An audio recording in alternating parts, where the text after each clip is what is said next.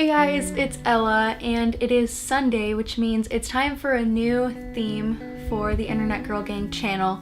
And this week we decided to do a self-care theme, and we decided to let each person take it in whatever direction they felt appropriate for their own personality and style. However, I decided I wanted to just give you a little look and insight into what I do on a daily or at least a weekly basis to care for myself and to keep my mental health good. If we don't care for ourselves, then we can't care for other people, and that sounds cheesy, but it's true. So without further ado, let's just get into the video. I tend to make intros really long, and I'm sorry about that. But yeah, here are some things that I do for self-care and to keep my mental health good. Here we go.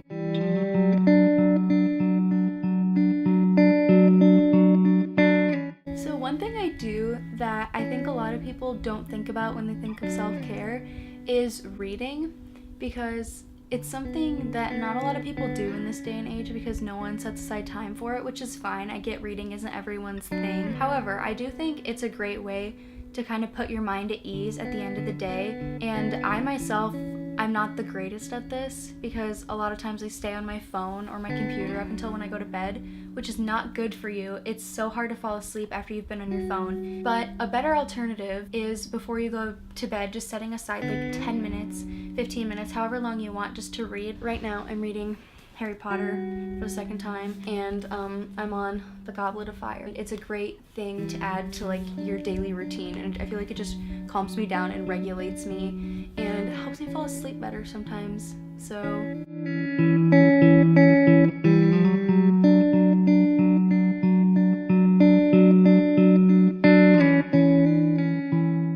another thing that is something that's often overlooked every single day that we literally need to do to live, but people just don't do it, and it makes such a huge difference and you don't realize until you start doing it more. This is drinking water. Drinking water on a consistent basis, not just when you're thirsty, but constantly hydrating your body, works wonders for so many different parts of your body. And I'm not a doctor, however, I know that you can't drink too much water unless you drink like 5 gallons at one time, then you can die, so don't do that. So even though this seems like the easiest thing to do, just drink some water. It literally does wonders. If you can't do anything else on this list, just drink water. Another thing that I love to do is playing my ukulele. I have 2 of them on the wall right here. I actually just hung them up today. Playing instruments in general, any instrument, is so therapeutic, and it gives you a chance to get out of your own mind for a while, like your own headspace, and just let it kind of wander, as hippie as that sounds.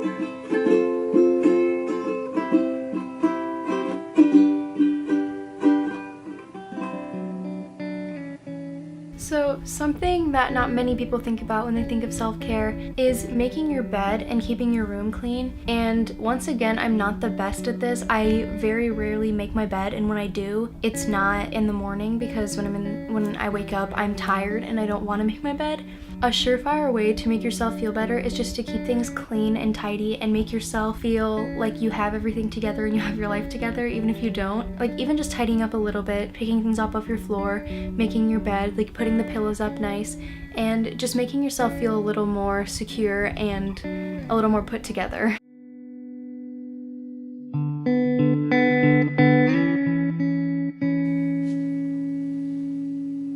Another thing I do to help my body is making sure my skin is in really good condition at all times. Now, this doesn't always mean that my skin is clear, because let me tell you, my skin is hardly ever completely clear. Once I get a little bit of my acne to go away, more just pops up and multiplies, and it's really annoying. But it's also really important to remember that nobody has perfect skin, and even if they do, they've probably struggled with their skin at some point in your life, so it's nothing to be ashamed of. That being said, it is also still very important to take care of your skin and do all that you can to prevent. So I do this by just doing a simple nighttime skincare routine, which is not complex at all. It doesn't have to be using a million products, and it doesn't have to take forever, because honestly for me, I find that the more products I use, the more troubled my skin gets, because at a certain point when you keep piling products on top of each other and using 3 different moisturizers and a bunch of different acne creams, it just doesn't work and they don't all work together. So keep it simple. For me, what I do, I just start by taking off my makeup and I just usually use the basic Neutrogena makeup wipes and remove all of the makeup from the day because that clogs up my pores really badly. Once all, or at least most of my makeup is off my face, I go in with a face wash, and my face wash varies. I find that if I keep it the same for too long, it starts not working very well, so I tend to switch it up. I usually just use some kind of exfoliating face wash to clean out my pores and like make sure everything's nice and fresh.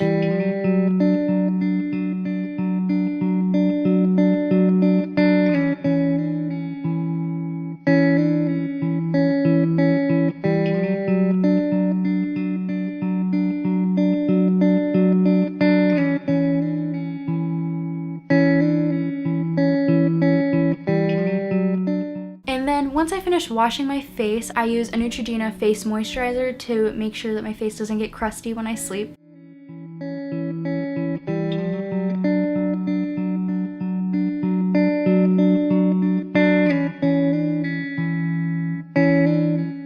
And then once I'm finished washing and moisturizing my face, I go in with the toothbrush and I just brush and floss my teeth.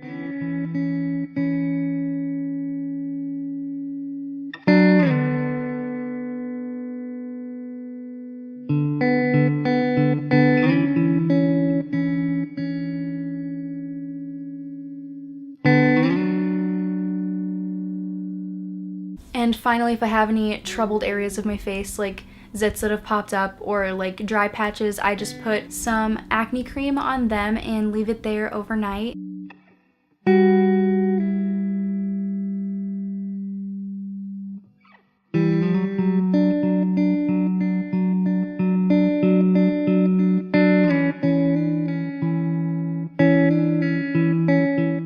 Finally, the very last thing I do before I go to bed, especially on days where I was really stressed and overwhelmed, is meditating, which again sounds very hippie, and just hear me out. So I use an app called Headspace. Obviously this is not sponsored, but I do love this app a lot, and it has opened my eyes a lot to meditation as an art in general, because before this I kind of thought meditation was like BS. Like I really just thought it wasn't something that actually worked, or at least something that would work for me, but I was very wrong. What this app does is it allows you to create personalized meditation routines for yourself, and it will set like reminders for you. So before you completely discredit meditation and say that it's not going to work for you, please try it, because I thought it wouldn't work for me either. It's become one of the most important parts of my day. And the best part about this app, and I'm assuming other apps as well, is that it lets you choose how long you want the meditation session to be, and there's different meditation sessions for different feelings and emotions. So you can do one for stress or being emotional or sad or angry. There's something on there for everybody, really. Again, this is not sponsored, but you should try out Headspace or any other meditation app and find what works for you, because it's a great way to end your day.